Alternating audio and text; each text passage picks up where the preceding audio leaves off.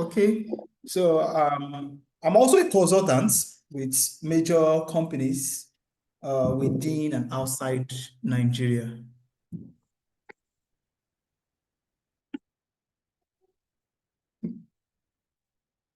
So that's just a brief.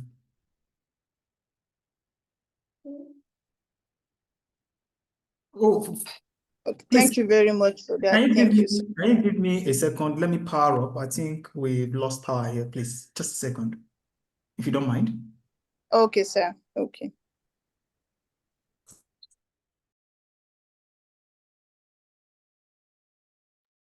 Welcome if you are just joining us. Please, I want to inform you that we are starting with cybersecurity and artificial intelligence. And this section is going to take place now, which is 7 till 8 p.m. Thank you. If you have any question, please let's hold on till after the lecture.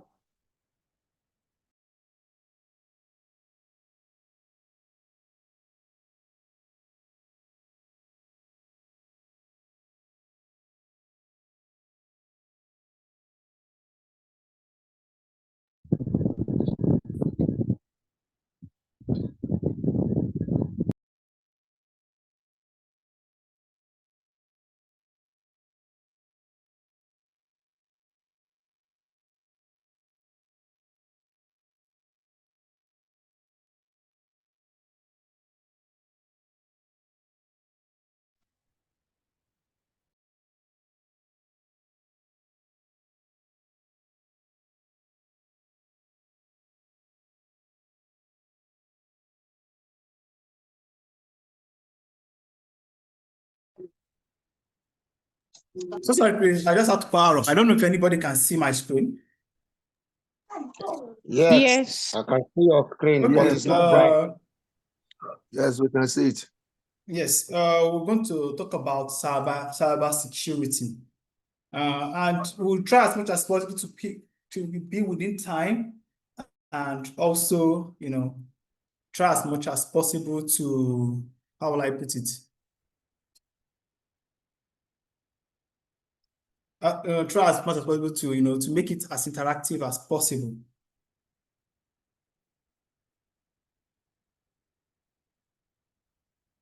Can anybody hear me? Yes. Yeah, you're loud and clear. Yeah, we can hear you. Okay, what is cybersecurity? If anybody can, tell me what cybersecurity is. But basically, cybersecurity is like, from a layman's view, is a practice, is a practice of protecting systems, network or anything from unauthorized access. That's just the basic of cybersecurity. It's just digital protection of your digital, I'll say digital property, just like when you're securing your house, that's also basic on cybersecurity. It's when you are protecting everything you have digitally from unauthorized access. Now, what is cybersecurity? Protection of digital system, networks, and data, from unauthorized access. You also have, aims, which is confidentiality, integrity, availability, which is CIA thread. Those are the most key thing when it comes to cybersecurity. And who is the target? Well, when we talk about cybersecurity, is individual, corporate bodies, and even the government. Nobody is immune, from cyber criminals. Now, why does it matter? Why does cybersecurity matter? Now, one, we talk about rising cybercrime rates globally. We've had a lot of cyber crimes, which include fraud. In Nigeria, we call it, that basic word, Yahoo Yahoo, or the Yahoo boys. And also we have financial losses, identity theft, reputational damage. I've had a situation where people meet me and like, oh, I have my information in this local newspaper or international newspaper. Can you ensure you help me do away with it? You know, and also, why does it matter? It's essential for businesses, students, and individual. You know, it's very key for us to be conscious digitally. It's very key for us to be conscious digitally, you know. That's it. So that's why it matters. So, okay, sorry. So what are the common cyber threats? Most of us are already used to, you know, the malwares, which is harmful software. That's viruses and worms. You know, most of us are used to virus. What does virus basically does? You know, virus in terms of, let me use it, you know, in human form. When some of us have viruses, Fatima, I don't know, some people are writing some things on the screen here. I don't know, maybe you enabled it. Please, people should not write anything. I'm sharing, but you are distracting some other people from seeing what, you know, I'm presenting. You know, what is malware? You know, the viruses and worms. Viruses affect our system. Sometimes you notice in the olden days, like earlier, when we have, some of us have used Pentium 4, Pentium 3, you know, we have Pentium 1, Pentium 2, before we start going to the latest, you know, Core i5, Core i2, Core i7, you know, 4th generation. We used to have virus. I remember when I was in school then, we have virus. Your system will tell you have a virus or worm. What does it do? It, you know, it slows your system down. It just, you know, how will I put it? I want to put it in a way we understand. It makes you vulnerable. You know, people get your information, can hack and code. Then another cyber threat we will know is phishing, which is you know, fake emails to steal data. That was why we have thank God to Gmail. You know, Google have been able to, you know, curb phishing a lot. You know, with their AI in their how will I put it, in their system, in their Gmail, they're able to, that's why you see some mails are sent to spam. Please, if you have mails in spam, be very careful, you know, opening them, and don't just click any link you see on email, you know, else you just, it can, you know, access your information. We have keyloggers and co, you know, maybe when you go to advanced cyber security, we can talk about generating keyloggers, you know, how to create your own virtual box, and also hack. I also hack internationally also. You know, when we talk about ransomware, another cyber threat is ransomware, where, you know, your log files, demand payments. You know, ransomware came through then.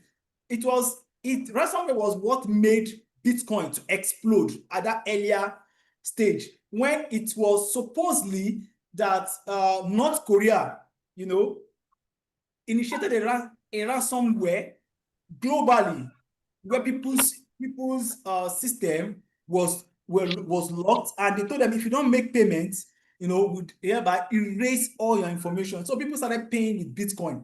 Then that was when Bitcoin prices, you know, skyrocketed. Then people in the cyber underworld, you know, started using it as a means of payment, because if I request payment from you from Bitcoin, you can't trace me. It's untraceable, because is what we call is a cryptographic currency, you know. And so then we have DDoS attack. That they call it DDoS attack, which is denial of service. Denial of service, where, you know, it shut down systems via overload. You know, we can, in program we call it looping. You send a looping and go. So these are the common, you know, this is what we call common cyber threats. But we have a lot of cyber threats, a lot, which even recently we have the ones affecting, you know, electric vehicles. I told my friend, like, you have to be very careful. You know, if a hacker get access to your electric vehicle, you are finished.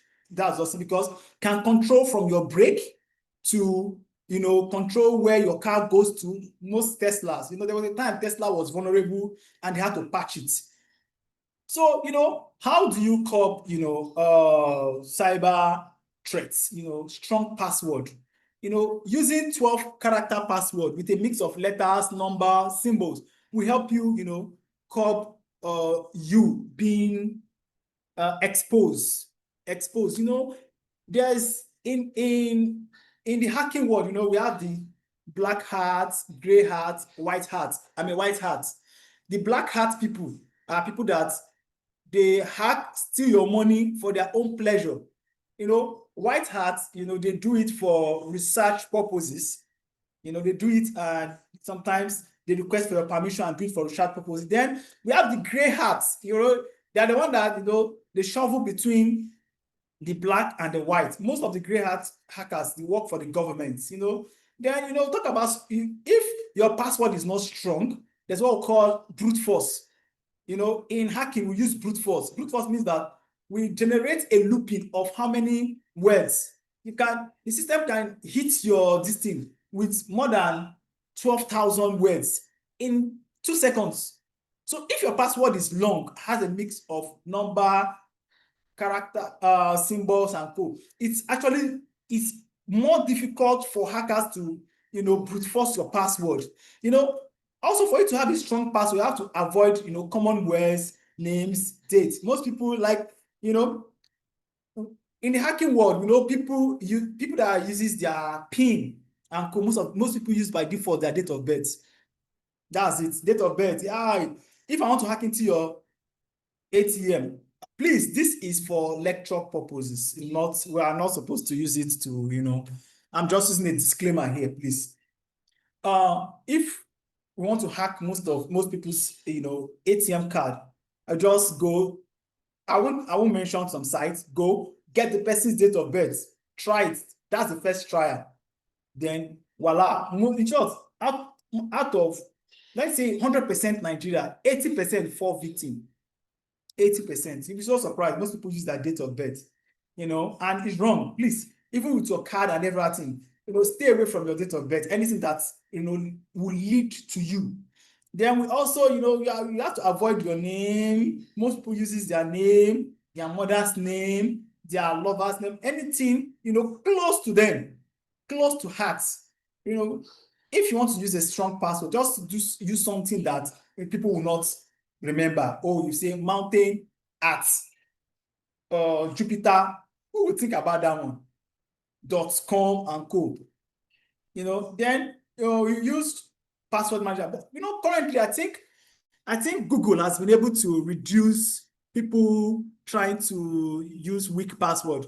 Most times, if you want to sign up, Google will suggest strong password for you. And also, another way to make sure that you are safe from cyber, criminals is what we call 2FA.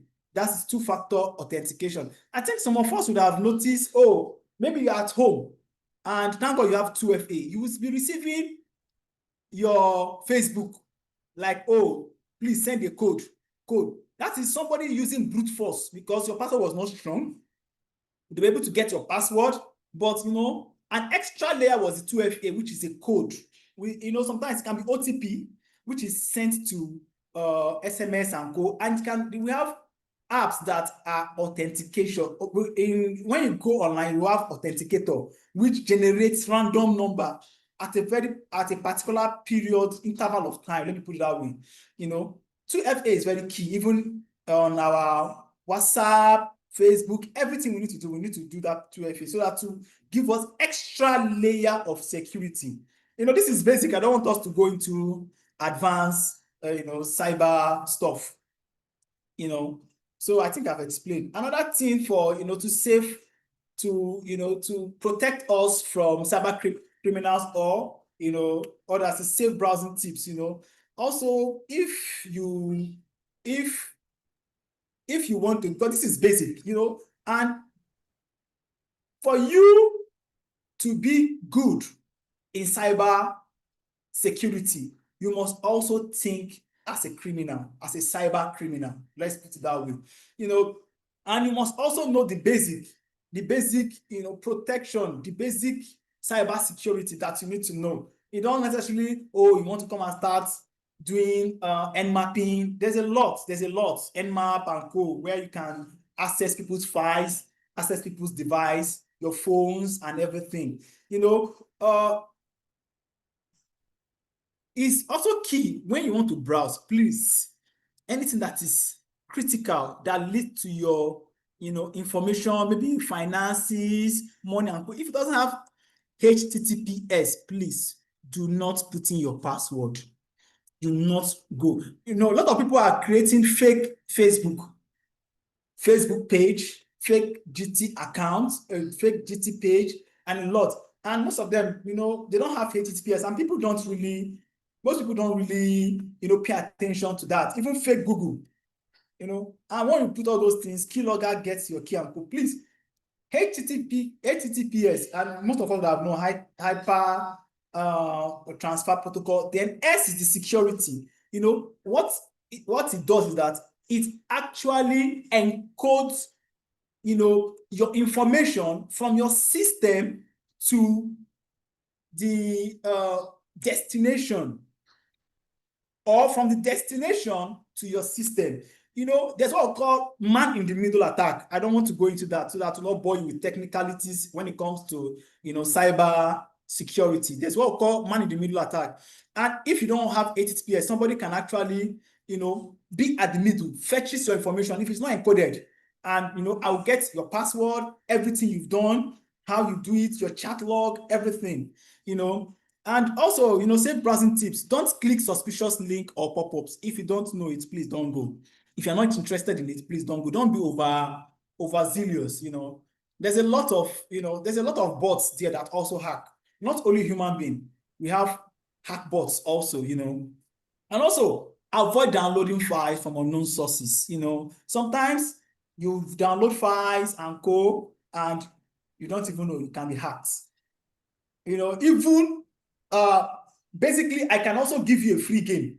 And in that game, I will access all your devices. It's as easy as, bringing the code of the game to my system and, injecting my code. That's why if you have an email, for example, and it's telling you give access to audio or file, please don't. Anything that doesn't need an access to your file, please don't give that access. Or you're having a game and a game is telling you enable access to audio or to microphone. Why? And you notice in short, I think there was a vulnerability that people don't even know. Like, I think, what do you call it? Instagram and co. Most times you notice that when you are discussing with your friend and you mention something, you go online, Instagram will start showing you suggestions. Most people you have not been so observant on that.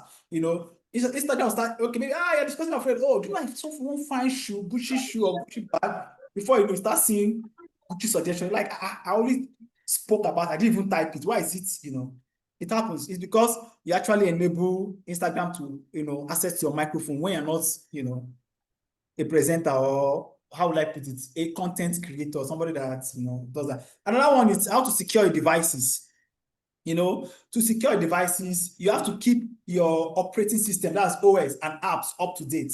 If your Google Chrome and co is requesting for updates, there's a reason. I tell people, there's a reason why all these applications are requesting for updates. There's a lot of security. People keep looking for security vulnerability, to hack and co. That's why you see, as a programmer or as a tech company, they keep updating. So please, when they're updating, please follow and catch up, because there are a lot of cyber criminals there. Also, you install antivirus and anti-malware, and somebody asked me one day, like, why is it that please, who's Chamberlain? Please help mute your device.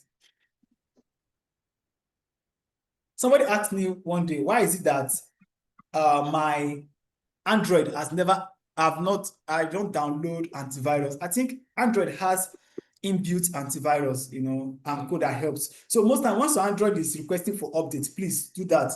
And also, please also use screen lock and auto lock features is key, because when you lock screen, it's something that requires your physical access. Sometimes a hacker can only have access to your screen when it's unlocked, and sometimes they might keep it unlocked, and you will not know, but your screen will be dark. So we have, also Wi-Fi security and password. Always use WPA and WPA3 encryption. We shouldn't go to that. It's quite technical. Use default routers, change default routers password. Now, another issue is that most times we hackers, when we want, hackers, it's easier for them to hack most Wi-Fi because corporate bodies, when they buy Wi-Fi, they don't want to change password. They want to leave it at default because they will have different IT process. Then, most times it's if you're a cyber security personnel, please, you will always tell.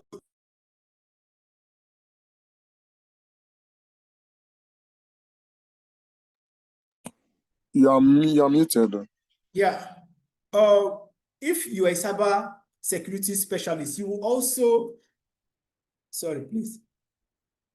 You will tell your organization to always change, their password. It's key. Maybe you keep it, write it down somewhere in paper so the other person will see it. But most times you notice most organizations are around 40% to 50%, they have default passwords. So it's easier for you to even hack them to the staff level. Also use VPN, on public Wi-Fi. It's very key. I don't use public Wi-Fi because as a hacker, it's actually very dangerous. When I get to the airport, people, I don't use it. I don't use it because it's very easy for me to get everybody's information in the airports, people that use public Wi-Fi. And please, if you want to use a VPN to an extent. As a cyber security specialist also, always back up important file regularly. Very key. I tell people, keep your important file offline. Put it on hardware, keep it one place. Because who knows what will happen one day. Maybe somebody will get crazy somewhere and delete everybody's information. Keep it somewhere. Also, always use external drive or cloud services here and encrypt sensitive data. Put your devices on encryption in case if it's stolen and go. And also, how to recognize phishing attacks. Email you're not expecting, you see it from somebody that you don't know, promising you heaven and earth. Oh, click it. Please don't. Also, you see grammatical errors and strange link, you will know it's a phishing attack. Somebody wants to phish you. When you hover, you have to hover onto it before you click, because when you hover, without clicking a particular link, you hover onto it, it tell you where it is directing you to. And also, never enter your credentials into any site that you are not sure of. When I was in the bank, you see somebody running, hey, I was hacked, they moved my money, all these things. The person asked, did you give your information? They tell you, no. You will not see that they've gone to a particular page and give out their information unknowingly, in quotes. So please, very key. What to do if you are hacked? What do you do? First thing, disconnect. I think when it's so surprising, one of the most secured place in the world, Pentagon, when US was hacked, they had to pull the plug. They call it, I think that was the first time they pulled the plug. They went offline. Please, you go offline before you start resolving what you need to resolve. Then also, you change all your password immediately. I tell people, if I want to hack you, once I get your password, I know everybody uses the same password across board. I can even hack everything about you. Please, it's very key. Always use different password for different things. I know it's very difficult though, but try it. And also run full virus scan. And I think I didn't put something, always update. Also inform your IT team and seek help. Very key. What are the summary, you stay alert, that is think before you click. Use 2FA. Keep your system updated, back up data often, stay informed, and learn from, like what Laplace is doing is very key. Thank you. I think that is it for cyber security. So Fatima, can I just go straight to AI so that or should I take questions? Okay, yes, let's take questions, please. But please, let's take question on the chat bar. On the chat. Okay. Please, if you have any questions, please type it. Thank you. Hello, good evening. Okay. Fatima will handle that. Hello, good evening.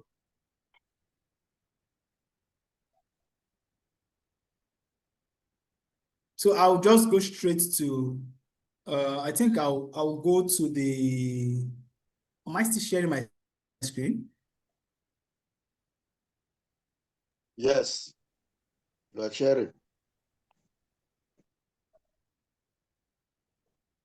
I think I've stopped sharing. I think I want to share for artificial intelligence. Very interesting.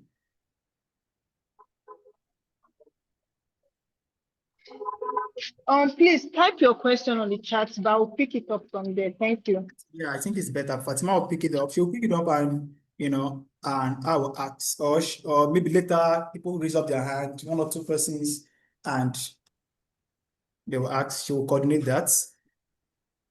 Okay, now this is basic. Artificial intelligence is a very interesting topic.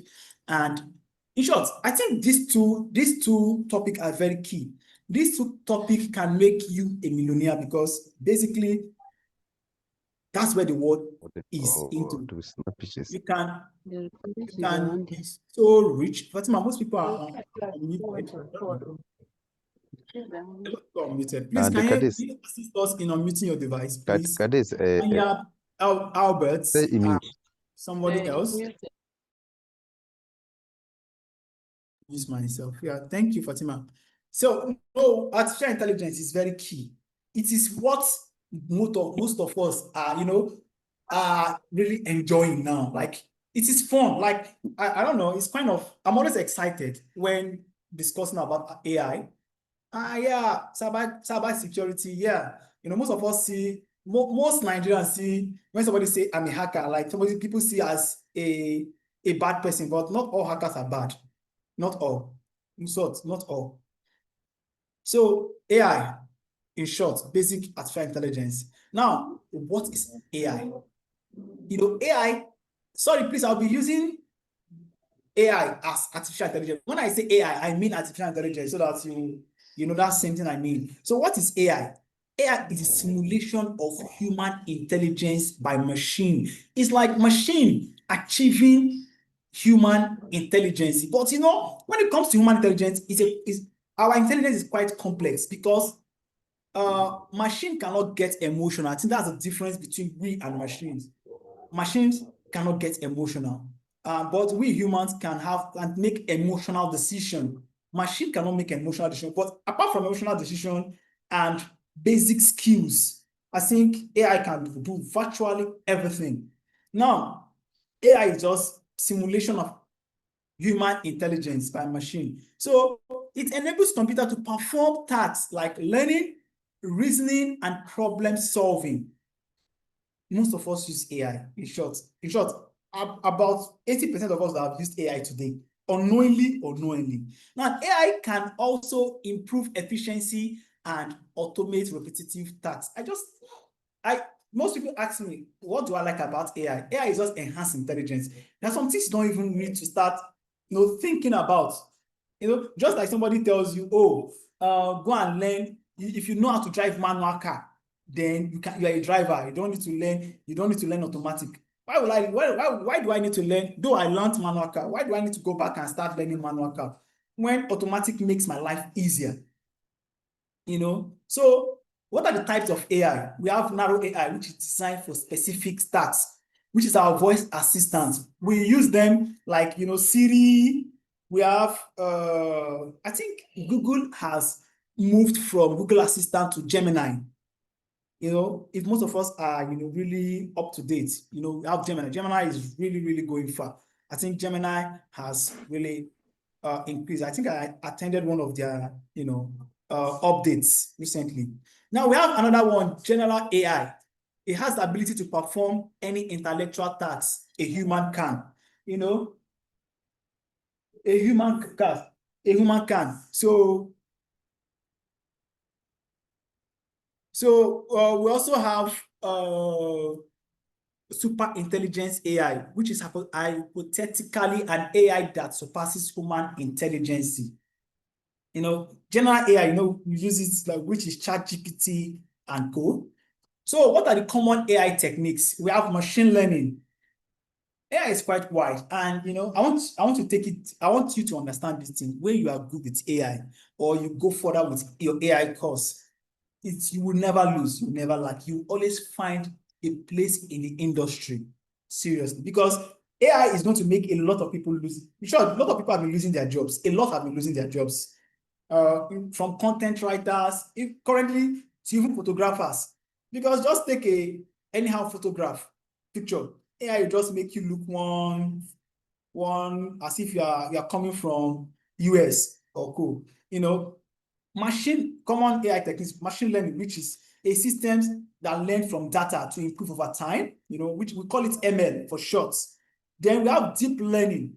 It uses neural network to model complex patterns. Neural network, I don't want to go into the mathematical analysis when it comes to neural network, just like tree. We have, binary and co. Then we have, we call it NLP, which is natural language processing. It understands and generates human language. I think that is where Gemini also form into that part. That's Google Gemini. We also have computer vision, which enables machine to interpret images and videos. I think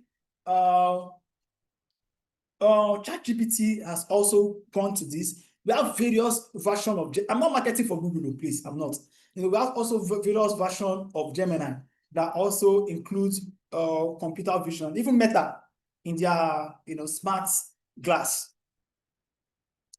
What are the applications of AI? We have virtual assistants, which is Siri, Alexa, Google Assistant and co. We have self-driving cars, which is some Teslas and some other cars. Then we have fraud detection. Most banks are also using fraud detection AI that will enable them to detect unusual pattern in somebody's spending or saving. Then we also have medical diagnosis. In short, AI has really saved a lot of lives, detecting cancer now at the earliest stage. We also even have it, we even have the dire wolf. If some of us are, biologically, up to date, those kind of, they are extinct wolves that, people have brought, or scientists have brought them back to life. With AI can easily, map DNAs and co, and it has helped. It has helped to, solve diseases and bring up, latest drugs. We also have recommendation system, which is Netflix and Amazon. You see when you watch a particular movie in Netflix, you ask a suggestion similar to that movie. Or when you purchase something in Amazon, you see, like, how do these people know I like this kind of thing? That's how it works. How does machine learning work? That's ML. AI definitely generally works with data. In short, we call it now data is gold. It does collection of data, train a model using the data. It also tests the model's accuracy. Also, after then, it uses the model to make prediction or decision. You have bunch of oranges, mangoes, and co. You tell AI, you just take it, oh, this is orange. It maps it. This is orange. You are training it.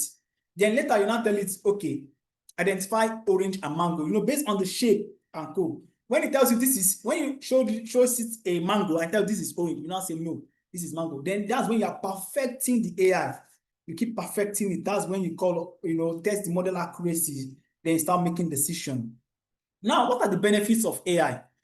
Definitely, it has helped us a lot. Automate repetitive tasks. Some of those boring tasks now that humans don't like, AI handles them. It increases productivity a lot. Helps make better decisions. Most of us are, based on AI. Also enhances user experience. Fun. AI helps us easy. And also handled large amounts of data. That's AI. Now, what are the challenges of AI? Very key. Data privacy concern. People are like, you find out, you search about somebody, AI tells you about somebody. That is anything you tell AI, it also stores that data and also keep it. As you are feeding it, it becomes more intelligent. And people are like, that's why some companies will tell you, don't go into AI or don't go into ChatGPT to search anything about a company or your projects. Don't do it on. If you don't know it, don't know it.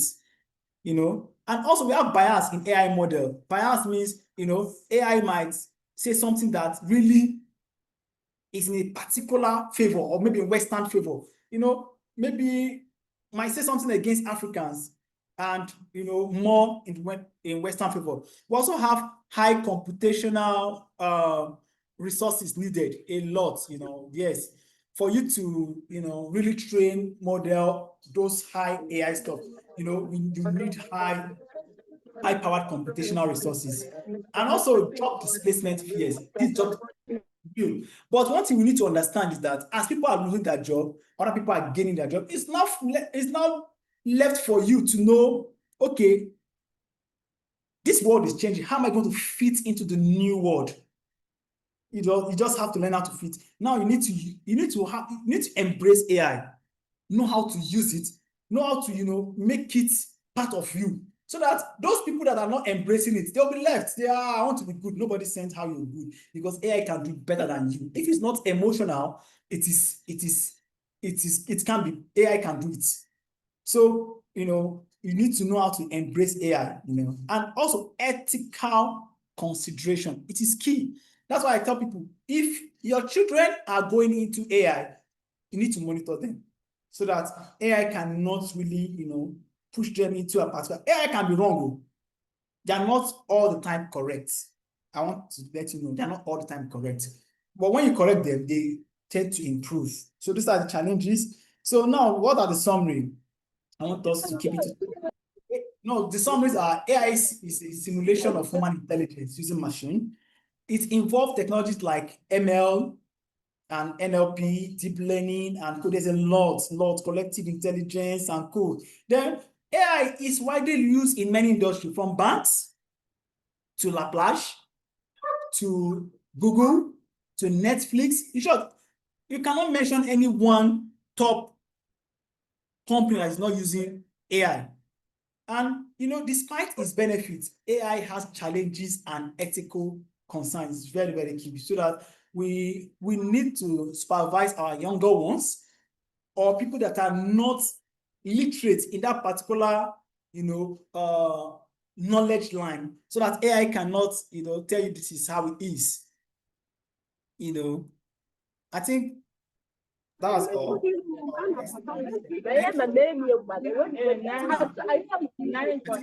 the next 10 to. Good evening, sir. Mr. Kelechi, please, you can unmute yourself, please. Yes, I said we can now welcome. Hello, sir. Good evening, sir. Use the 15 minutes to answer questions. Hello, sir. Please, yes, please, Mr. Mike. We'll be taking questions on the chat bar, please. Please, we'll be taking questions on the chat bar. Just type your question there. I'll be picking it from there. Please. Thank you. Let's all mute ourselves. Thank you very much. Thank you very much, Mr. Kelechi, for this wonderful section. Please, let's mute ourselves, please.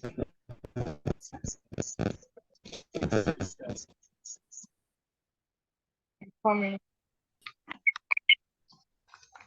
Please, if you have questions, just type it in the chat, please. I'm going to pick it from there. Let's mute ourselves, please.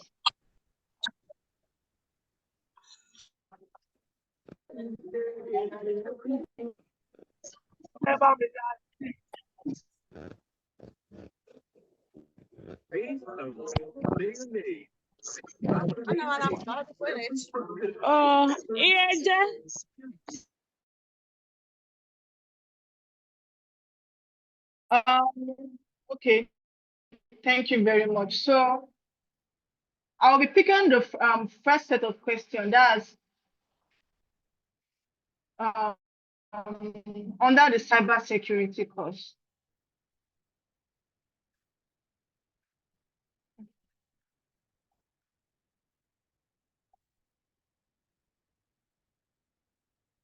Mr. Kelechi, there's a question here. How long would it say it would take for someone with no IT background to become a cybersecurity specialist? And what other examples are there to take to increase your credibility in the workspace?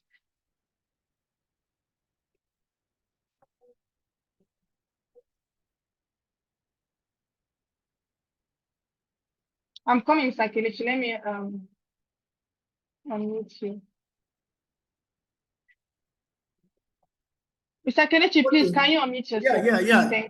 Somebody said, can you reiterate the question, please? Sorry. Yes. How long would you say it would take for someone with no IT background to become a cybersecurity specialist? Yeah, you can be. See, you can be a cybersecurity specialist if you don't have IT background. I want you to know that you can be a cybersecurity, but IT background enhances your knowledge. I don't know if you understand what I mean, enhances your knowledge. At least you'll be able to understand one or two. But you must not be an IT specialist for you to be a cybersecurity. Just for you to know what you need to do and what not to do. How to protect your organization. I don't know if you understand what I'm saying. How to keep the organization protected. I think one of the end mapping and co doesn't require IT knowledge. You just need to know all those hacking tools that are involved. You learn them. You learn how to hack in the virtual world. In a virtual world. I think if you guys do the practical, it's possible. You create a virtual system hack. It's only when you want to get really, really advanced, like you want to now go internationally, you just need some basic IT skill, not even too strong, some basic ones. Thank you.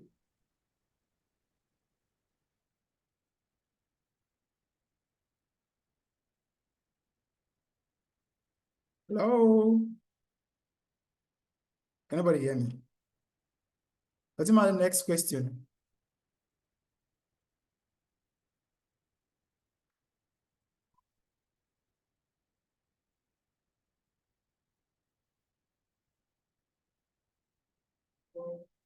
The next question, Fatima.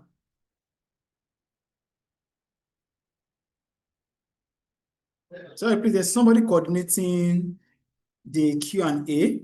So please, I think I'll follow her this thing.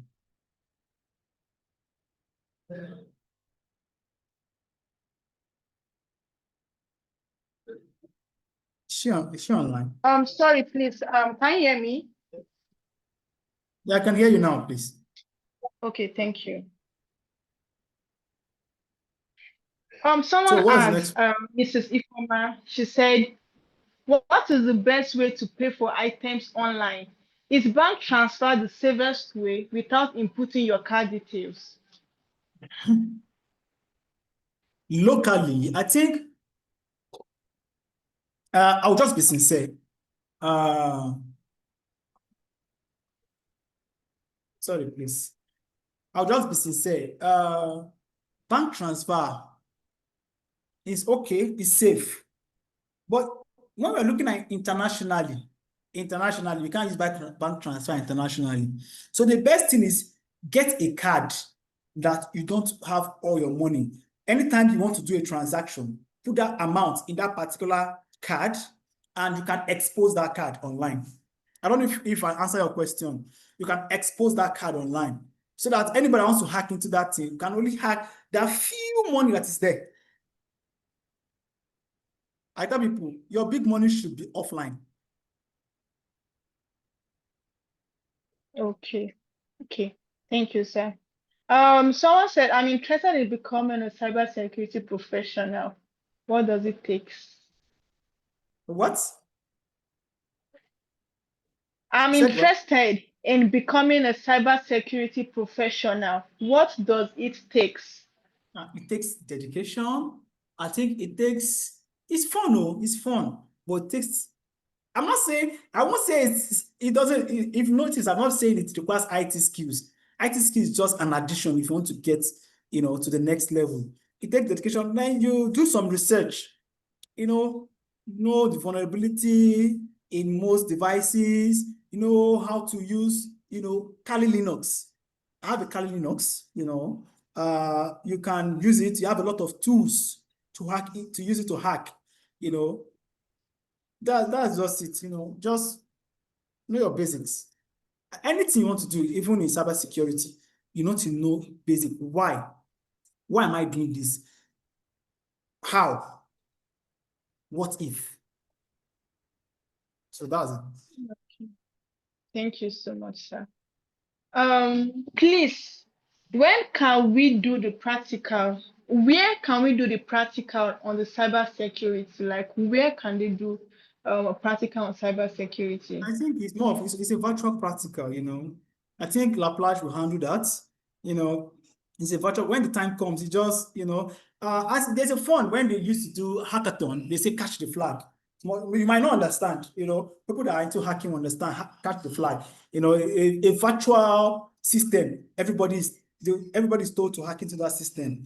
The first person that will catch the flag, they might put the flag, it will simulate a real somebody's laptop or this thing, you start hacking from IP, you're going to check the OS, from the OS, look at vulnerability. So maybe with time, we'll create a virtual world and do that. I think Laplace will inform everyone, those people that are interested in it. Yes, please. And this is the basic program, basic cyber security, basic AI. Laplace has the intermediate, Laplace has the advanced. The advanced, you need to go for internship. So, places where you can do your internship will be, you'll be informed on that. I think I've answered that. Thank you very much. Someone says, I have witnessed a medical procedure where a machine was used to do prostate procedure. Is that a AI thing? Yeah, is actually, that's why I said is A machine. Human enhanced intelligence. Robots are AI. They are just AI in a physical form.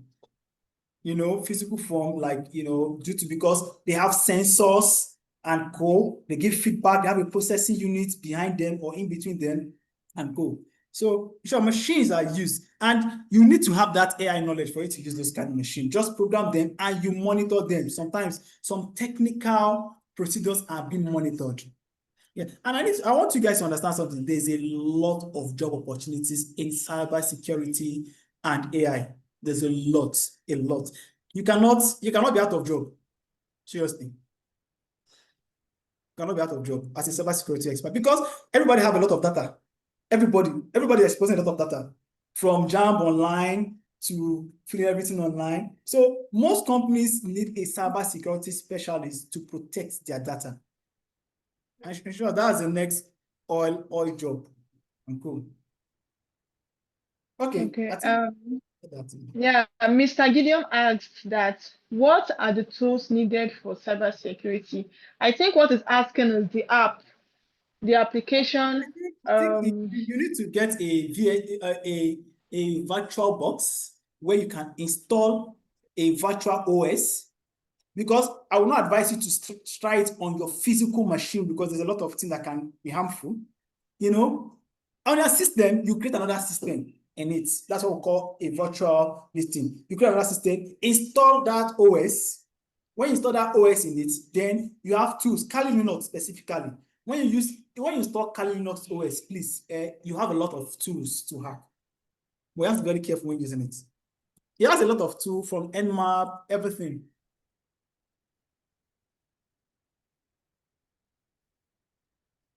Thank you.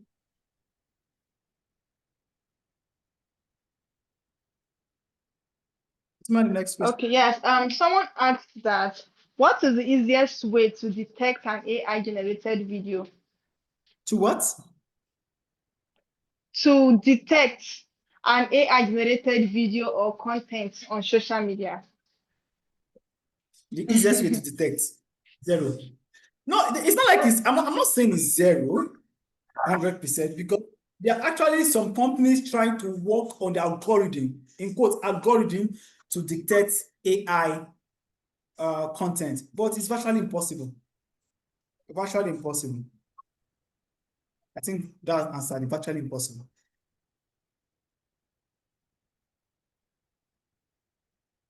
The next one.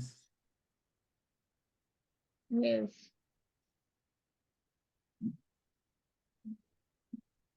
Someone asked that can a criminal hacker create a website with HTTPS? Yeah, criminal can create a website with HTTPS. Yes. Now, that's why even on the phishing, they can create that. Yes. But what I said is that, before you put, first and foremost, before you put your credentials in any site, ensure it is the right site. If it's the right site, ensure the next step is it secure, that which is HTTPS. I can create a fake GT. And though I will not have the same GT domain, it might be GTD. But people might not see that. You might not see it as, you might think it's GTB. It might be GTD as D. And you might be fast. You already put credentials and go. I'll just put the same procedure like GT. And before you know, I'm gotten your information. And before you know, I'm into your accounts. And before you know, you're good. I don't want to mention some things, some critical things, because I don't know everybody here. So everybody's intention. So disclaimer. So let's keep it that way.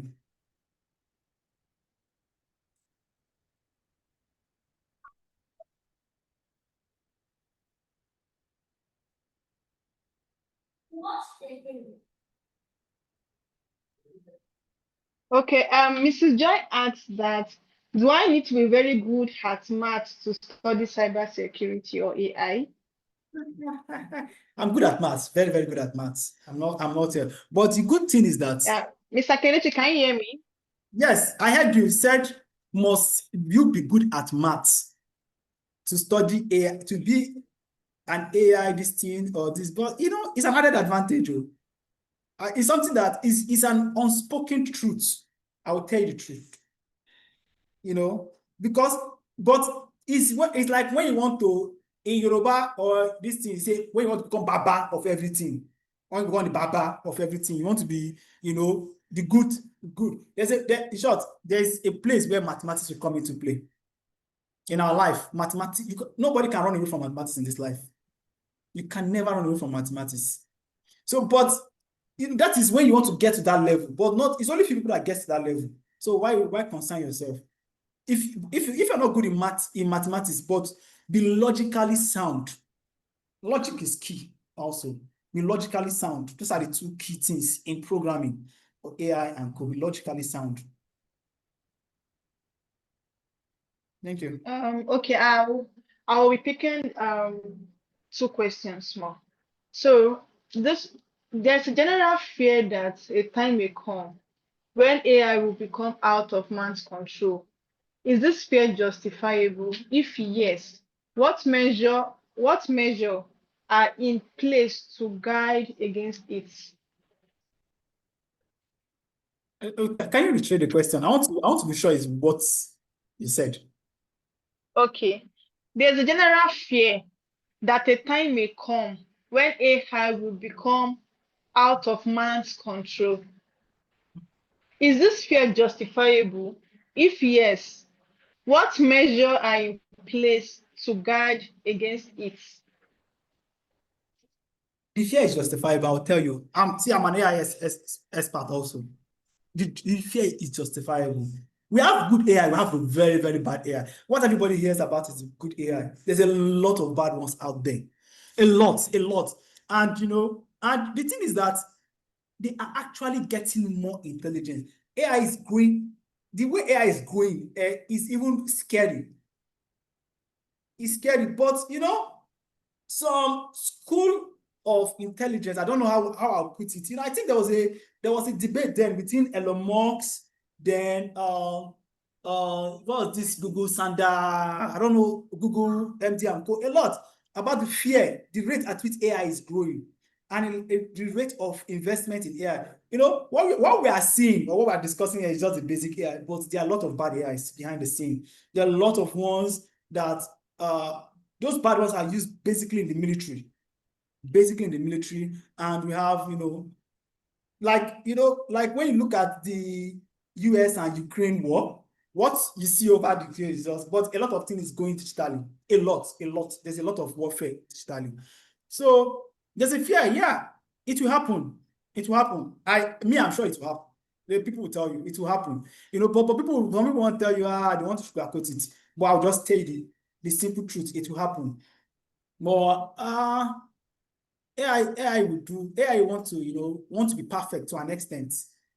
But we hope when it comes, we have something to pull the plug, because they must be online now for them to function. I just wonder what will happen to the world when we go offline for a day. Maybe that day we'll just have to pull the plug so our humanity will rest. Thank you. Okay.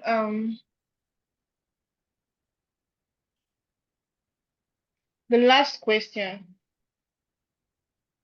How do I integrate AI into cybersecurity? I was Mr. just seeing the Mohammed question asked the before. question. I was just looking at it. I see if I knew. There's a lot of AI cyber security. I think we're able to. I did a project for somebody I think it's a PhD person, how we use AI. Actually, we did AI to be able to detect this what we call Wireshark. Hackers use Wireshark, and we have to do how to integrate AI to know when there is an, how will I put it, unauthorized access. Yes, there's a lot of AI that are in cybersecurity. A lot that, because it's nothing, anything that is not emotional. I said so. AI can do it. AI can hack very well, very, very well. Can hack your password very well, more than humans. And AI can also protect you very, very well. That's what Google uses now in cybersecurity, in your Gmail, that sends this thing. Sometimes, if you notice, if you want to upload some file through your WhatsApp, most of you really do more of voice, picture, video. Some of us do files above that, beyond that. Sometimes WhatsApp will tell you cannot do that. They will not allow you to upload it. So what detect that is an AI behind the scene? I think before I could actually really hack people through picture. I'll send a picture, you download it. I'll put keylogger behind the picture. You will not know. But now you can't do that easily, because most of all these things have this. That's why, if you notice, in your Gmail, you cannot play a video in your Gmail. Or you cannot do some things. You cannot play in most email this thing, because it's a way to curb most of all these things. So AI and cybersecurity, they go hand in hand. Thank you. Thank you very much, Mr. Kelechi Anunobi. Thank you so much. Really appreciate your time, your lecture. Thank you so much, sir. Thank you. Yes, sir. Ladies and gentlemen, have a nice day. We are done with, and you too, sir. Bye-bye. Bye. Ladies and gentlemen, we are done with the section of cybersecurity and artificial intelligence. And we're moving to the next section, which is workplace safety. Workplace safety, course participants, please, if you partake in a WhatsApp class on workplace safety, can you say I on the chat? Just say I. Let me know you are here. Say I. Okay, thank you. Our guest speaker for workplace safety course is Mr. Wonder Gold. Will be taking us on workplace safety. Mr. Wonder Gold, please, if you are here with us, can you unmute your mic and say hi? Hi, good evening. Oh, thank you very much. It's nice and it's a pleasure to have you here today. Please, everybody, please let's mute our mic. If you have a question, if you have a concern, just drop it on the chat bar, please.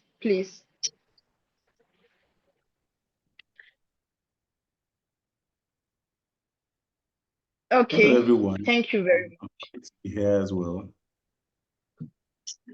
Good evening, sir.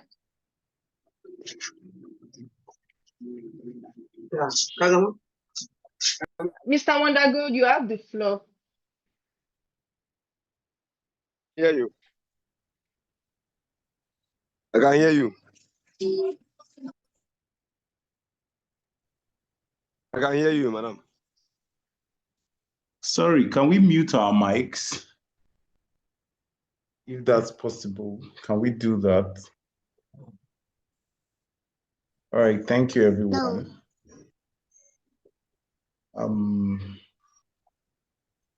Give me a thumbs up if you can hear me. Right.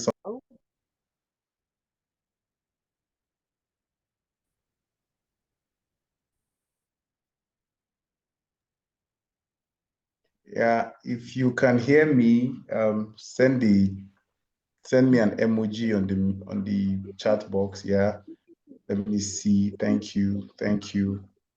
All right, brilliant. So I'll just proceed straight to what we have today. I'm so sorry, Mr. Wondergood. Please, I'm going to unmute you now. Please, can you unmute yourself, sir? Okay, thank you very much. I believe I'm unmuted now. I'm going to proceed to sharing my screen.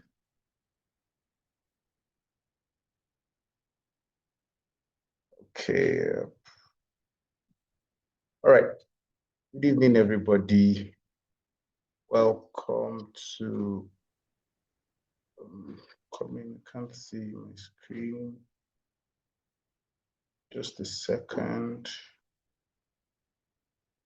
Okay. Coming. All right.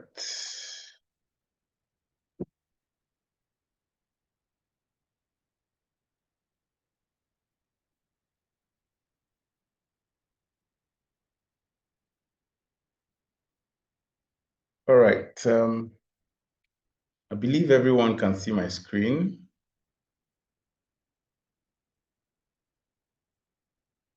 So my name is Wonder Chineam. Thank you very much. I'd like to take us through basic workplace safety and hoping that we have a brilliant time together. My name is Wonder Chineim. I'm a development practitioner, a consultant, and part of what we do is to support management executives to learn, to gain competitiveness, but in strategy-wise, and generally learn about the ecosystem that you play in. This evening, we're going to be, I don't know, I can't, okay, fine. So I'll just talk us through a few things. We're going to look at a bit of an introduction to workplace safety. You learn about the core principles of global workplace safety, how workplace safety is looked upon globally. We'll try to understand a bit of hazards in the workplace. We'll look at our roles and responsibilities, both as employees and as employers. We'll look at safety management systems, ISO 45001, you know, what it's about. We'll look at emergency preparedness and how to respond. We'll look at how to build a safety culture. We'll look at global best practices, and then we'll take a few questions and we will be done.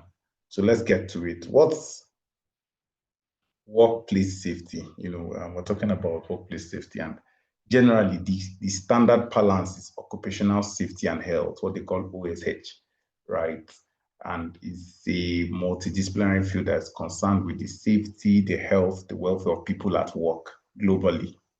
So whenever you hear OSH, occupational safety and health, you know, they are looking at the general safety, the well-being, the health of people world over.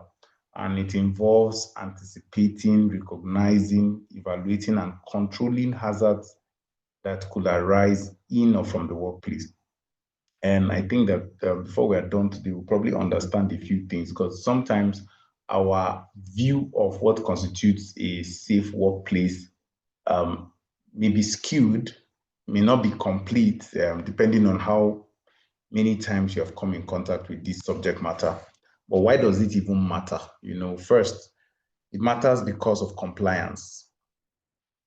You have to learn it because there are international labor organization conventions. If I don't know what obtains in your individual countries, but I know that in mine, people don't pay attention to these sort of things. But if you're going to work in the non-governmental organization space, the NGO space, where you're looking for partner funding, donor funding, it's important to understand it as international labor organization conventions. It's also important to understand the International Standard Organization 45001 and Professional Safety and Health, HSE, Health and Safety, and all of that. So first, we said that for compliance issues, as an organization, you need to show that you're compliant, you need to learn it. 2 is for human rights. It allows you to promote dignity and protection for all workers. Some of us have done stuff that if sometimes you just hear it, maybe you're on Twitter, you're on Instagram, you're on Facebook, you just hear that somebody is suing somebody for something. And maybe that's you have been doing that particular stuff, at work without knowing that you're breaking a rule. Until human rights organizations start coming for you, it's important to know this. In terms of economic impact, helps you also to reduce workplace accidents, absenteeism, and healthcare costs. Because sometimes we don't know what is really happening until an employee breaks down. We don't know what is really happening until somebody writes a petition against your organization. And in those moments, you lose money, you lose man hours. So understanding workplace safety helps you to navigate all of these challenges. Then when we say sustainability, this also helps us to contribute to sustainable development goals, which is decent work and economic growth. I'm working on a project that is funded by the MasterCard Foundation, and part of the mantra that we're using, we say decent and fulfilling work. You want people to stand up every day, get dressed, take their bath, and go to the office happy. That's what MasterCard Foundation and the International Labour Organization and even United Nations, that's what they mean by decent work and economic growth, that if people find fulfillment in what they do, they can contribute meaningfully to economic sustainability. And then finally, we say it's also important, it matters because of reputation.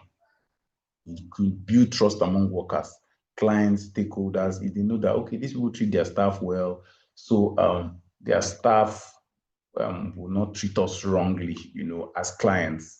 Or if I raise a concern about something that the staff has done, the organization is going to frown. If somebody asks me for a bribe or a kickback, the organization has policies to take care of that and ensure that I get my refund. All of that helps to build reputation as an organization. Then, what are the core principles of global workplace safety? The first one is that they say prevention first.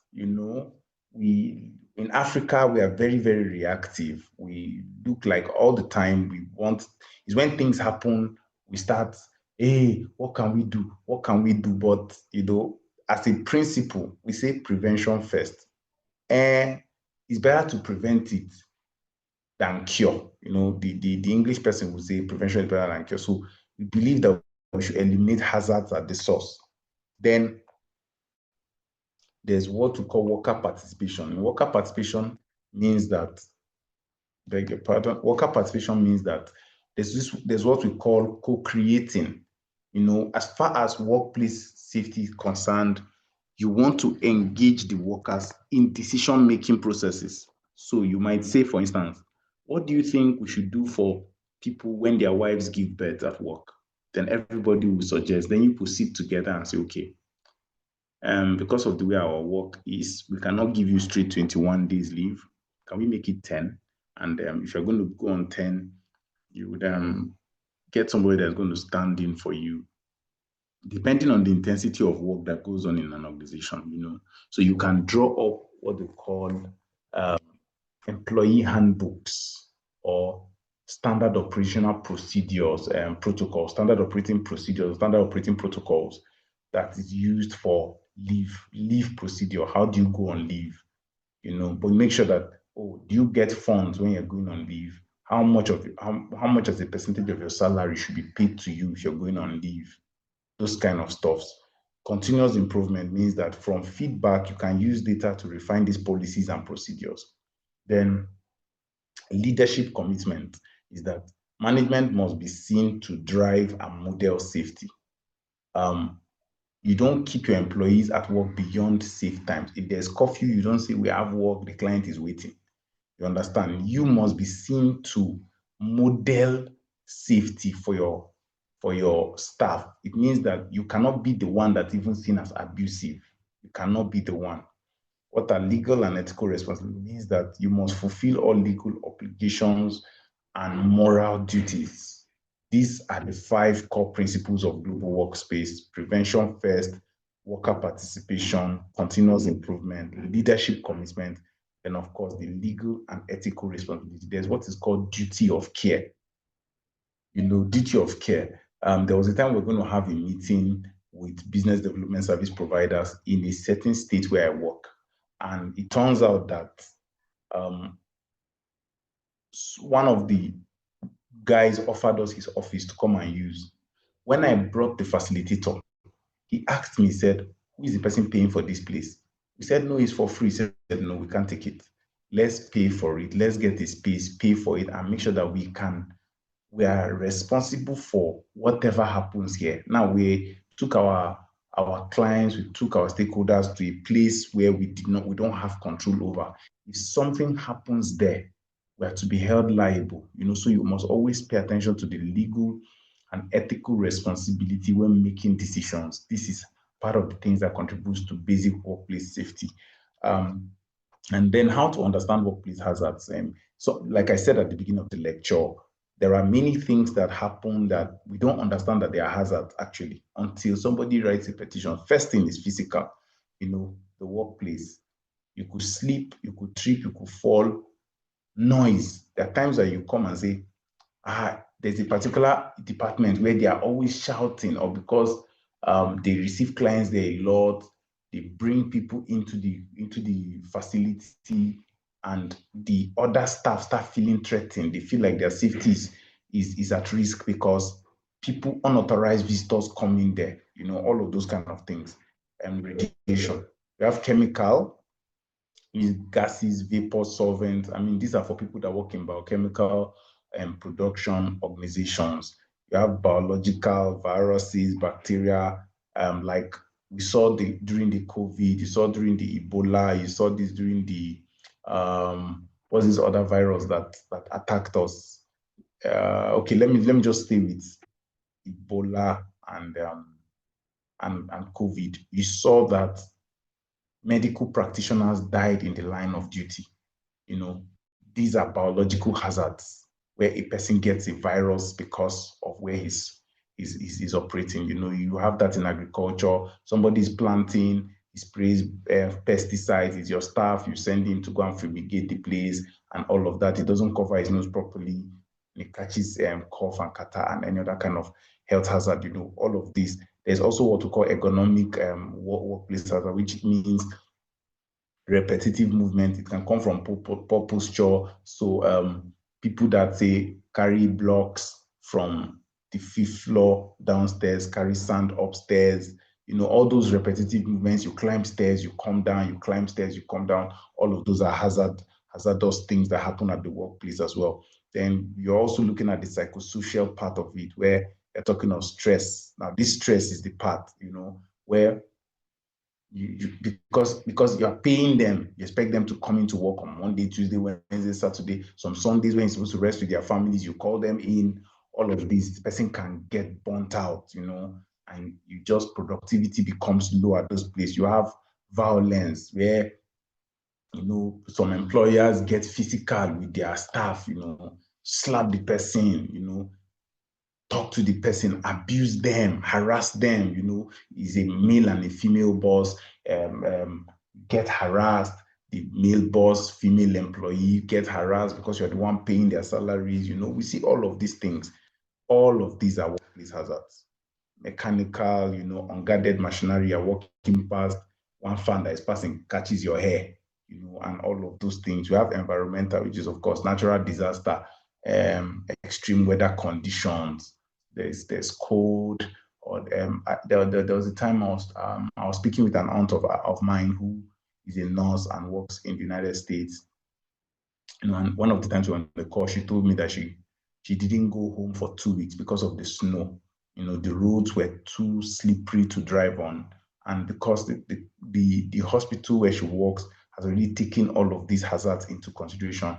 They built dormitories where the nurses can lodge in. So for those 2 weeks, she was preparing from a lodge and going to work, and all of these are taken care of. In Nigeria, where I am, there are few places that you can see these sort of things. Nobody cares. You have to be at work. All of these are workplace hazards. Person can get into trouble, you know. On their way back, they've closed late from work, they're going home, somebody attacks them, collects their laptop, collects their phone, and all of that. All right. So yeah. Next thing, so we're looking at roles and responsibilities now. So as a management executive, you have a responsibility as far as workplace safety is concerned. You know, so for the workers too. So let's look at both of them. For management, what is your responsibility? The first thing I mentioned earlier is that you have to lead by example in creating a safety culture. If I work in the Southeast, Mondays are sit-at-homes. You don't tell your staff to come out on that day. You know, so you lead by example, creating safety culture. You allocate resources.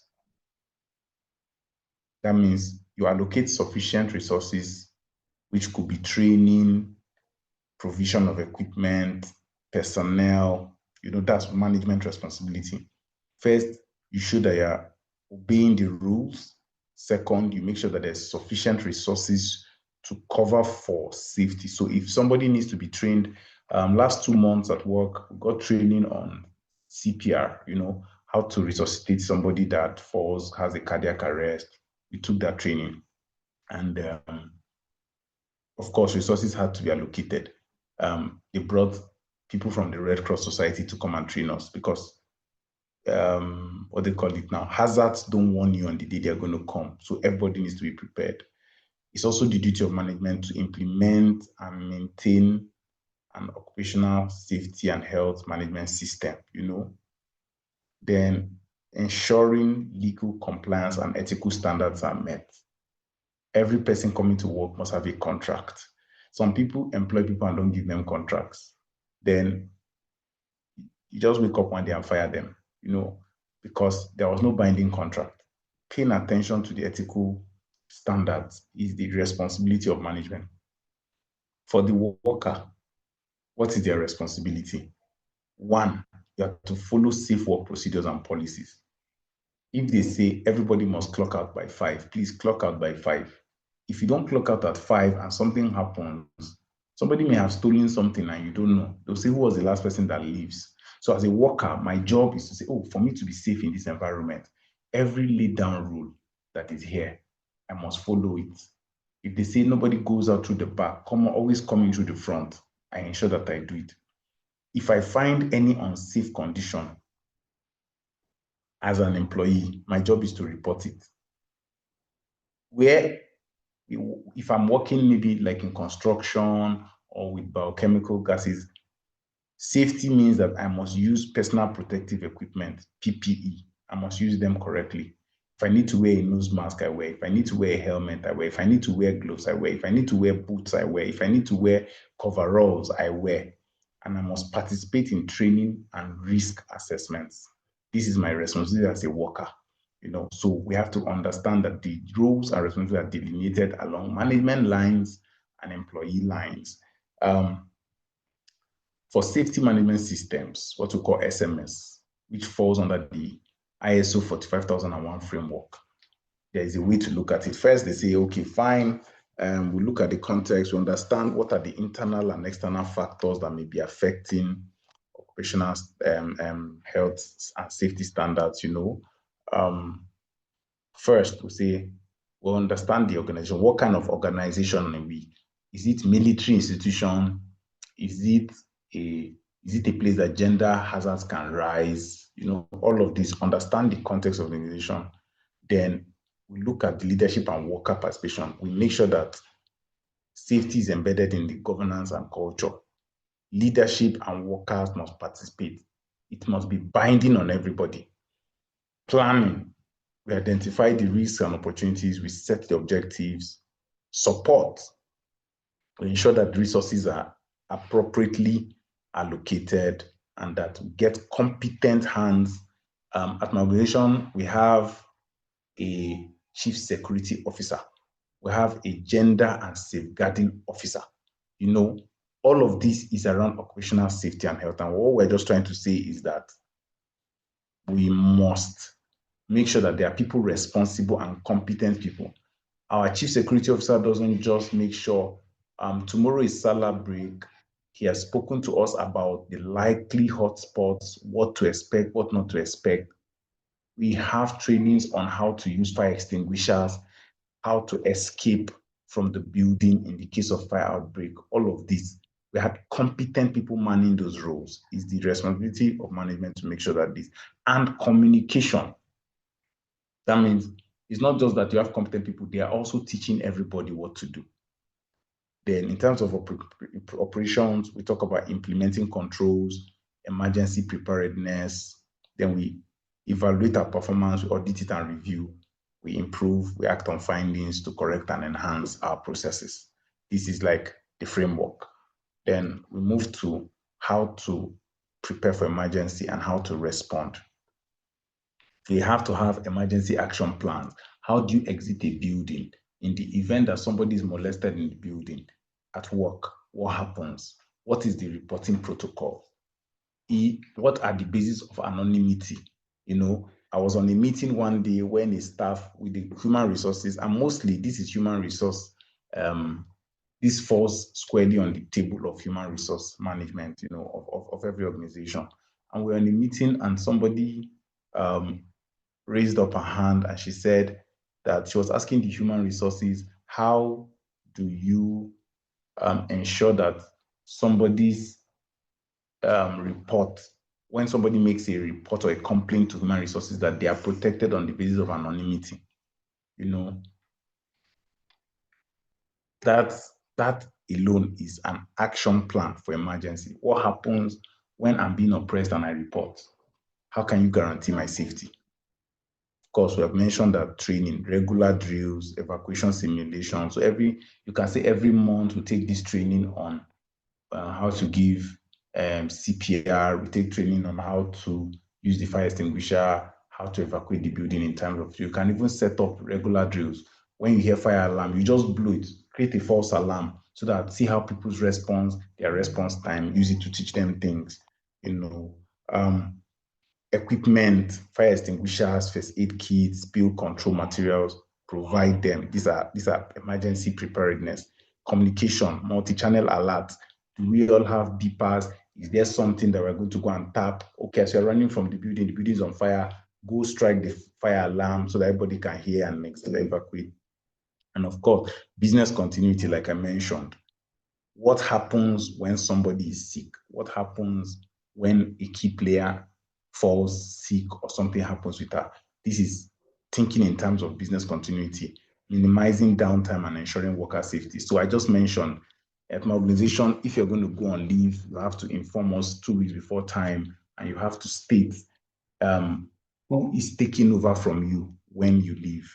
You know, all of these are part of emergency preparedness and safety.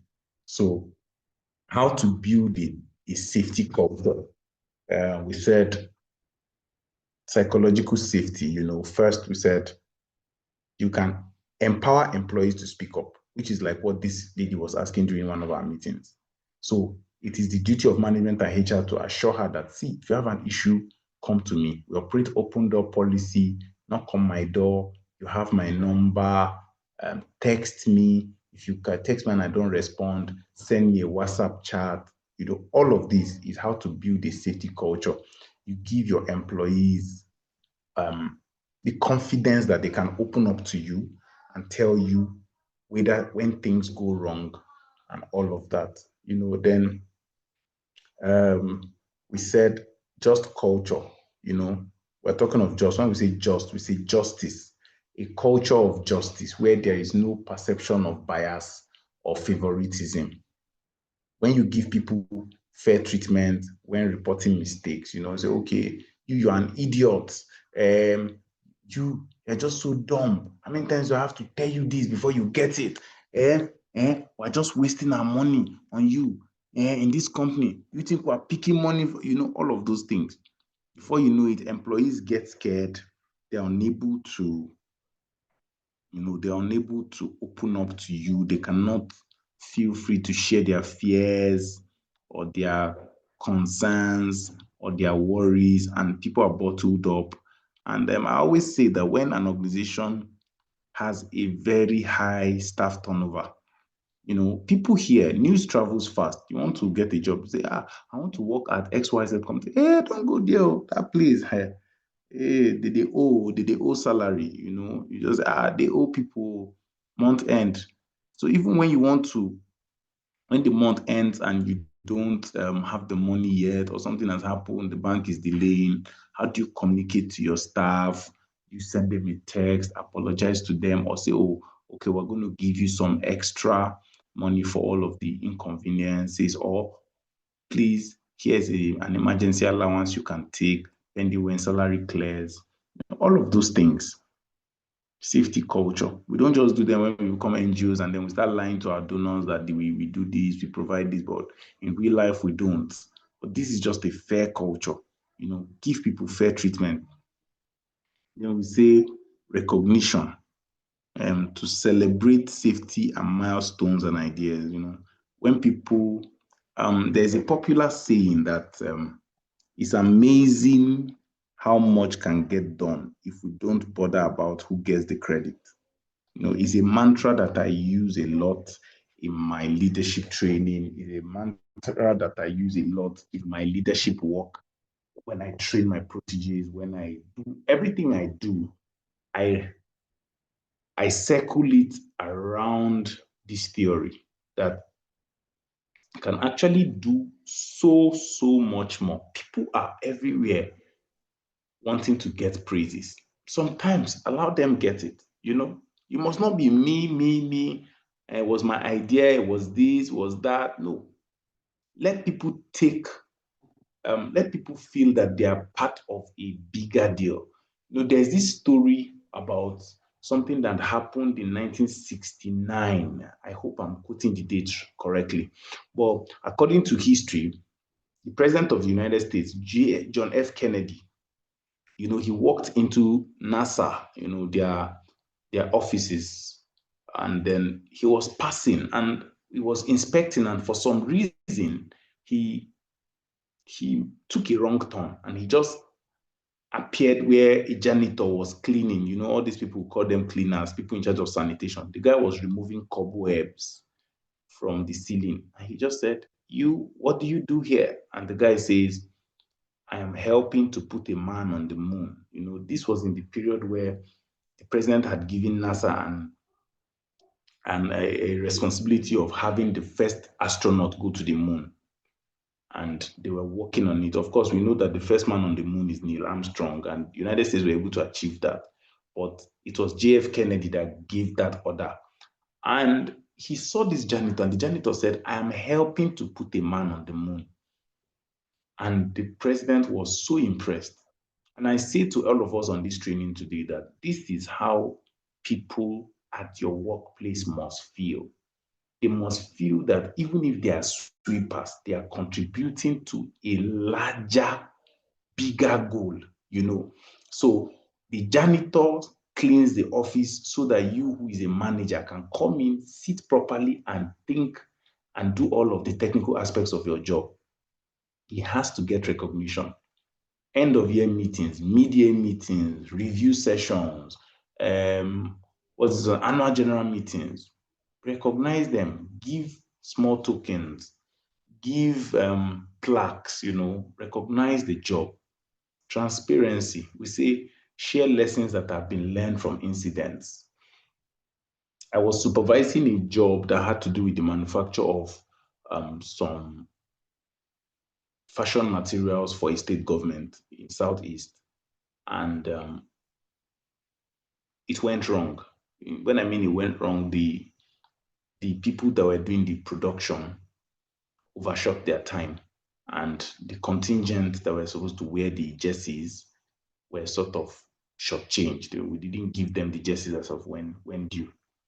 You know, everything went bad. When my CEO called for a meeting to, all of us thought she was going to lambast us, but she just started asking us. She says, okay, what went wrong? Then I spoke, everybody spoke, and I said, okay, so what are the lessons we can take from here? We took it. She said, okay, can we give this incident a name so that any day going forward can always refer to it as our learning point from where we grew?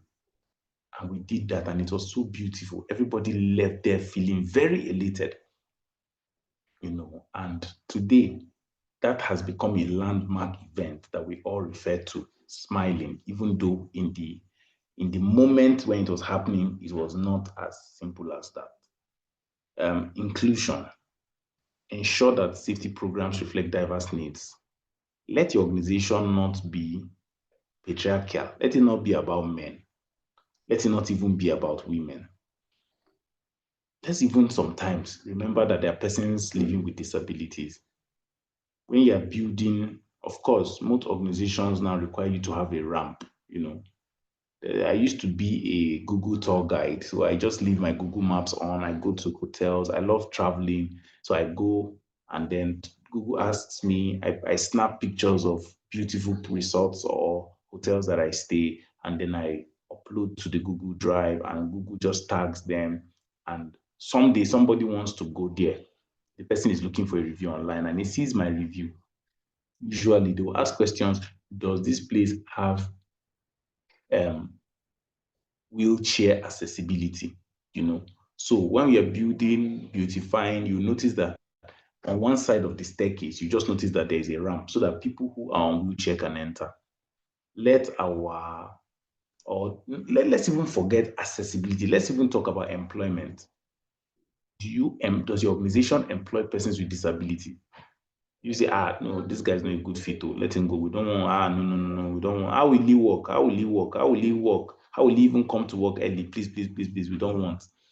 Because the project I'm working on has an allocation for persons with disability.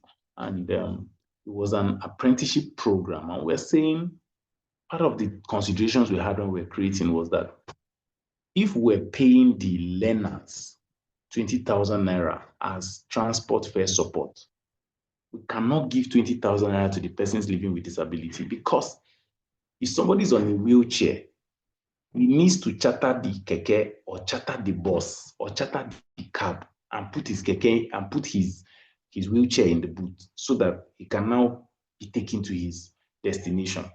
It's not like a regular person who will just jump into a bus and come out. So if you give 20,000 to the regular person, you can't also give 20,000 naira to the person who is on a wheelchair. All of these considerations. So what we're saying is that your safety program must reflect diverse needs of different people. You understand?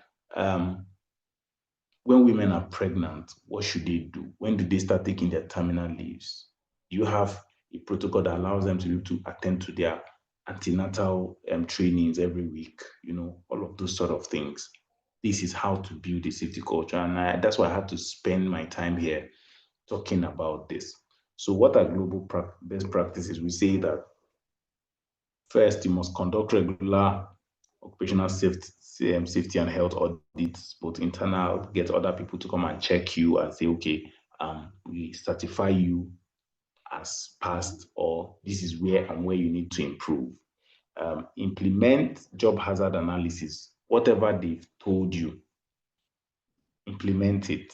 And if they say, okay, this job hazard, so you can say, what are the possible hazards that can come with fixing a light bulb, for instance? You could fall, you could be electrocuted. All of these what we call job hazard analysis. So an expert is invited, he comes, he does all of these analysis, he gives you a feedback. You implement whatever it is he has said. use digital tools, safety apps, wearables, so you can see my helmet and my reflective jacket. When you're walking in some places, you have to wear these so that people see that there's a human being there. Some people have gotten locked up in cold rooms because some of these things were not paid attention to. Somebody locked the door while somebody was checking meat in the cold room, and this person got frozen to death. So what else do? You align with the International Labour Organization's promotional framework for occupational safety and health. Monitor your supply chain. All of these are just some. They are not exhaustive, but I just felt to just highlight a few. All right. So I'd like to stop here and see if I can take a few questions. Then probably come back. Okay, before the questions, let's say what are our key takeaways here. Let's see our key takeaways. Our key takeaways: 1, safety is a fundamental human right, and it's a business imperative. You're running your business without recourse to safety, then you are setting yourself up for doom and failure. Number 2 key takeaways: that a proactive approach ensures that you can be resilient and that you comply. We said safety first, proactiveness. Don't wait till something happens before you do something. Always start ahead. We said worker involvement and management leadership are essential. Leadership management must show that they are willing to abide by these standards. The worker must be also involved in co-creating these standards so that everybody, it doesn't look like you are something that you are forcing on them or forcing down their throat. You understand? You are not imposing it, but we both agree that this is what we should do. We also said use globally recognized frameworks so that there is no argument. We say this is the global standard. You understand? International Standards Organization 45001, health and safety. Finally, we said you must remember that a safe workplace is a productive workplace. So let's go to our discussion questions. I'd like to ask, how does our organization currently manage occupational safety and health? What are your biggest workplace safety challenges? What support or resources do you need to improve safety culture? So let's see if we can. Let me stop share.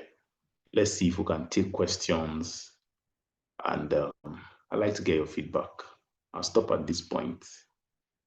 Thank you for listening. So let's take questions.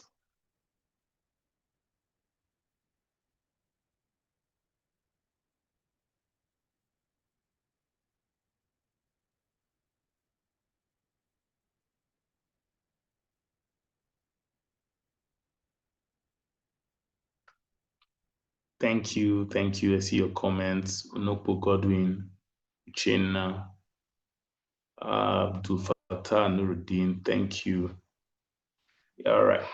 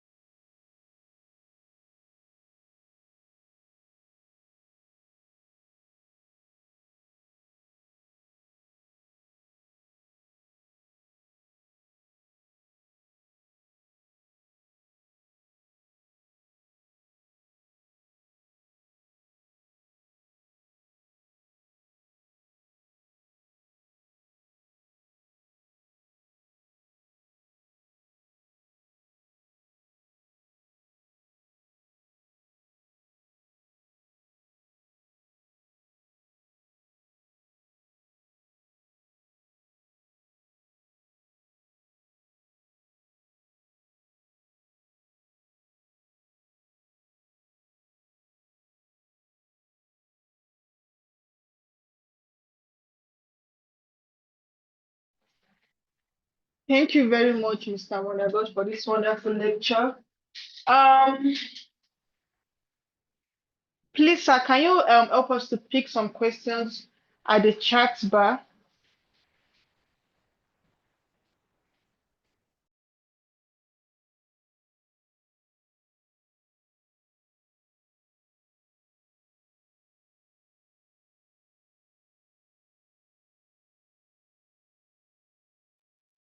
Okay, thank you very much. I've seen some questions. Good. So I'm seeing some very, very brilliant questions. And in fact, somebody had asked about employee salary. So we're saying, yes, global practices. I'd explained some of the things that we do. I've worked for several organizations, and I know that one of the organizations I was working for, if for any reason salaries are going to be kept beyond the date, employees are informed that this is the reason. I figured that transparency is very, very important. Unfortunately, we are not going to be able to say that everybody's going to do it. Now, what do you do when your organization refuses to implement? So it depends on who is paying, right?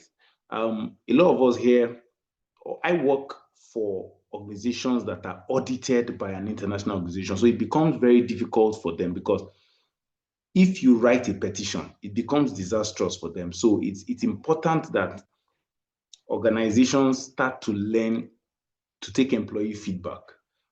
This one says, Albert Babs, he says, how can one as an employee bring your knowledge to bear? So you have to understand that as far as the world is concerned, there's always going to be organizational hierarchy. But what we are saying is that an organization with a very, very functional human resource management department that's the reason why human resources exist. To ensure that your voice is heard. You can write your concerns and voice it to them. Again, I was saying to Oswin, one of my examples, that somebody had unmuted herself and asked in a general meeting and say, how do we report and stay safe? That's usually the fact that there is oppressiveness in a lot of organizations that we work for. It becomes a very serious challenge. People are not sure what will happen. But we're by this training ensuring that as we transit into management executives, or as God starts to help us and we can pull our weight in the different roles that we occupy, we hope that we can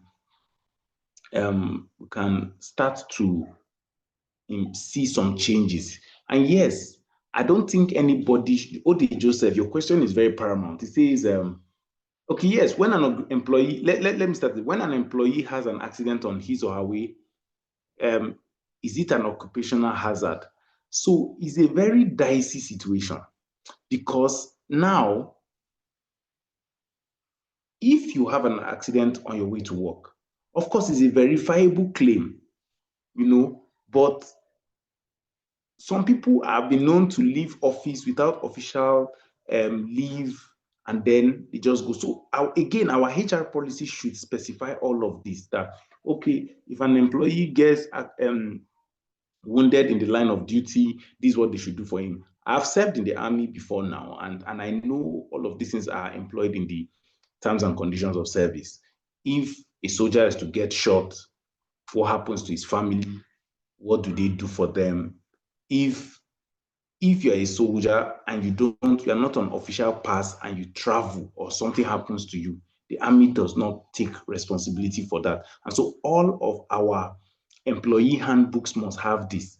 In fact, there's what we call handbook prompt, policy prompt. Let me write it in the chat book. So at the organization where I work, every week, our HR sends something called policy prompt. Policy prompt is that she will highlight one area of the handbook that you should read for this week. So at no point will you say, you don't know. I didn't know this. I didn't know this. Including whether two people who are liking themselves in an office can marry. Some organizations say because of conflict of interest, you are not allowed to have anything to do with somebody that you work with. So a husband and a wife can hardly work in the same bank because it's easy to commit fraud there. So the banks don't tolerate that. It's part of their policies. You have to just go. The second one is that I am not allowed to date a junior colleague who directly responds, whose performance evaluation answers to me directly. For instance, I work in finance department. There's another colleague at work that works in admin. And for some reason, we assume that we found love, right? We can get married. But if this said employee works in finance department under me, nothing romantic can happen between us, because now the organization perceives that the mutual feelings that have grown between us can affect her evaluation. It means that if I'm her supervising officer, I'll give her a pass, whether she merits it or not. I want her promoted over other people. So all of these things should be spelled out clearly in the employee handbook. Is there a measure to put? Yes, you can sue your employer, but again, who are you suing them to? International labor organizations, you have to say, do we have a standard? That's why people should take contracts. And somebody had asked that question. I was going to say, don't take a job where you don't have an offer of employment. I know that things are bad, people work for anything, but even if just ask the person to please, that you are doing it for your own sake so that you can know what you are up against, right? Please, sir, can you tell me the terms and conditions of this service, what days I'm supposed to come into work, what days I'm not supposed to come into work, how much am I getting, what is my job description? Because sometimes you get into some organizations, they say you are a cleaner. Before you know it, they're using you to do accounting work. They're using you to do messenger. You are doing everything. You're even turning to gardener, and all of that. So this is a lot of challenges that happens. And if we're going to revamp the world, so, the labor that we have in my country, Nigeria, they just exist to do aluta. You just do aluta, solidarity forever, and on May 1st, they carry flags and march. But all of the things we are discussing today, they are supposed to be the ones driving it organically. So when you hear something like minimum wage, that is a work and safety, what's a workplace safety? What they're saying is nobody anywhere must earn below this, irrespective of what he does. That's because you don't want them to become thieves. These people must find decency and livelihood. And I just have to say that we don't have enough time to look at all of the challenges that come from workplace culture and workplace safety. Sincerely, it's plenty. If we decide to go for molestation, we will spend all night. This person says, thank you very much, John Adebayo. What can a personnel who is a management staff do when all efforts are futile? Because the management has refused to take action when a gap is identified on safety. I mean, senior management at the highest level does not fulfill its responsibility when unsafe acts are discovered. That's an unsafe place. So there are health and safety organizations. There are what they call these things now, safeguarding organizations. There are people human rights activists, organizations that you can always write to.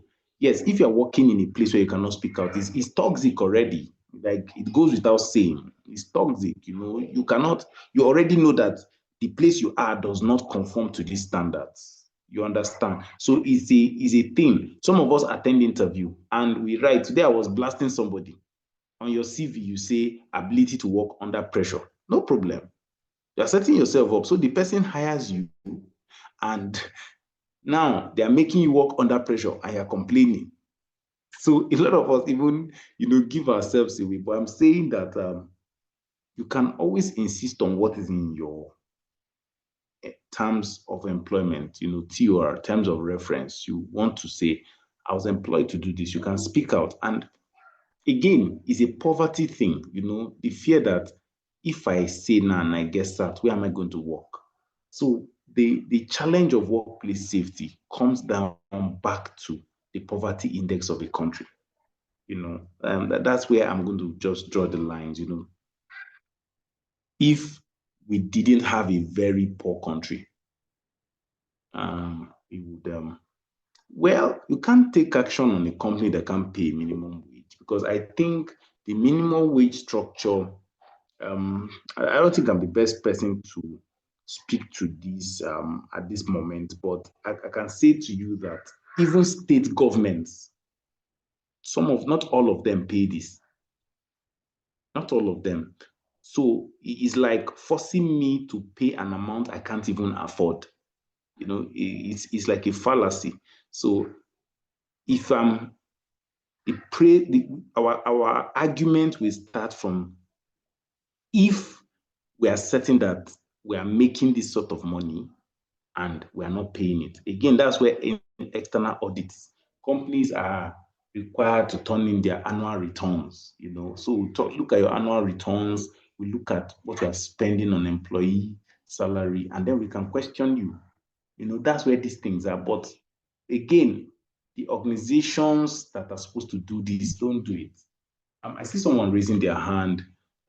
Ignatius Uche. Okay, I think they should just probably stick to the questions in the chat box, but maybe you can write your questions in the chat box. What should you do if you witness an accident or unsafe behavior at work? We've said in our slide that you should speak up. Organizations should encourage their people to speak up. Why is it important to wear personal protective? So the thing is, you don't know what is a safe risk. You don't know what is a low risk or a high risk.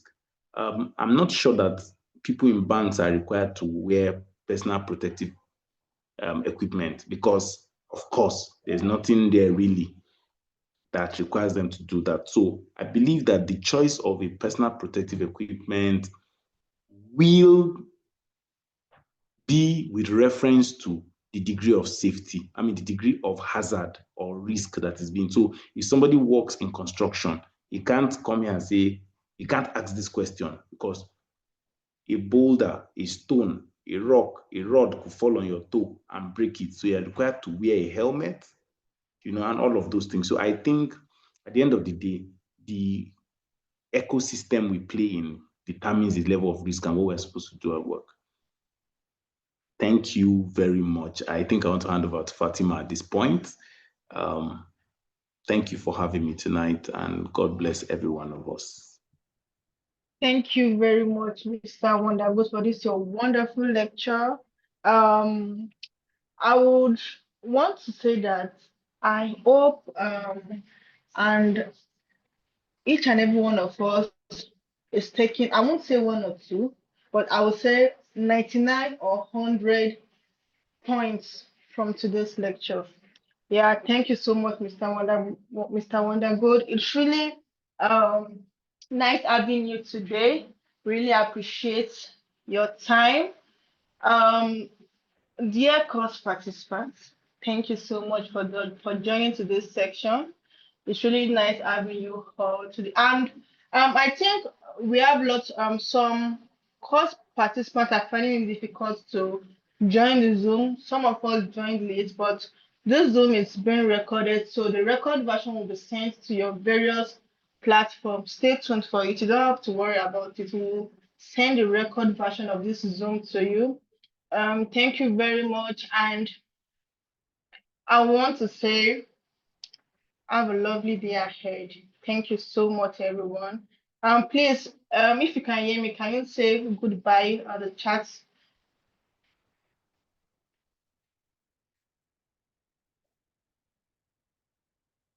Okay. Goodbye, everyone. Goodbye.